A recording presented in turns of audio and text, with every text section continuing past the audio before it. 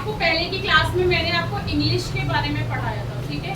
English में जैसे कि आप बच्चों को अगर सिखाते हैं ABC स्मॉल हो या फिर कैपिटल हो, उसी तरीके से आज हम पढ़ेंगे कि हम जब नंबर्स, देखिए नंबर नेम्स अलग होते हैं, ठीक है, 1 2 3 जो हम बच्चों को सिखाते हैं, बट यहाँ पर I am talking about only countings.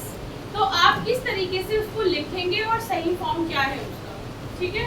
1 to 5 मैं आपको बता रही हूँ, बाकी आप लोग खुद आगे पढ़ाएंगे, ठीक है।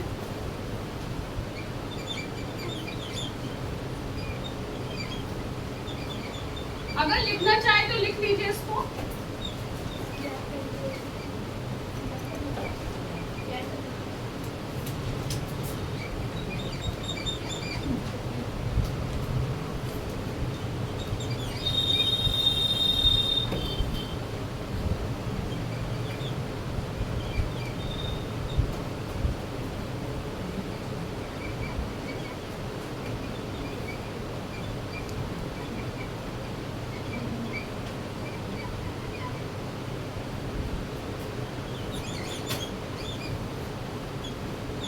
सबसे पहले जैसे मान लीजिए आप 1 बना रहे हो, ठीक है, तो आप इसमें कौन से लाइन का यूज कर रहे हो? ओनली स्टैंडिंग लाइन, ठीक है। और अगर आप उसके बाद 2 बनाते हो तो 2 में आप क्या करते हो? कर्व लेते हो, देन स्लीपिंग लाइन लेते हो, ठीक है। लाइंस आपको पता है इजीली, तो आप इजीली कर सकते हो इसको, ठीक है। 3 के लिए हम 2 कर्व्स लेंगे, ठीक। उसके बाद इसी तरीके से अगर हम 4 बच्चों को लिखा रहे हैं तो क्या है? 2 स्टैंडिंग लाइन का यूज होगा एंड 1 स्लीपिंग लाइन का यूज होगा। इसी तरीके से 5 में कर्व लगाएंगे, स्टैंडिंग लाइन का यूज होगा एंड स्लीपिंग लाइन का यूज होगा।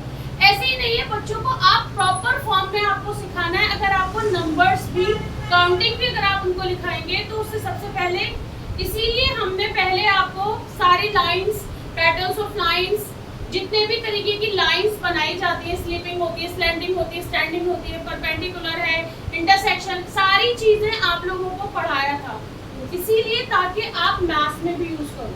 क्योंकि मोस्टली आप देखेंगे मॉन्टेसरी में, यानी मतलब जो छोटे बच्चे होते हैं, किंडरगार्टन में क्या होता है कि बच्चों को सिर्फ हम मैथ्स और इंग्लिश पे ही फोकस करते हैं, उर्दू हिंदी हम बाद में यूज करते हैं।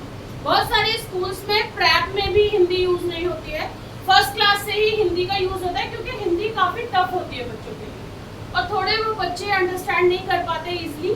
तो आपको मेन 2 सब्जेक्ट पे ज्यादा से ज्यादा फोकस करना होता है, that is English and maths.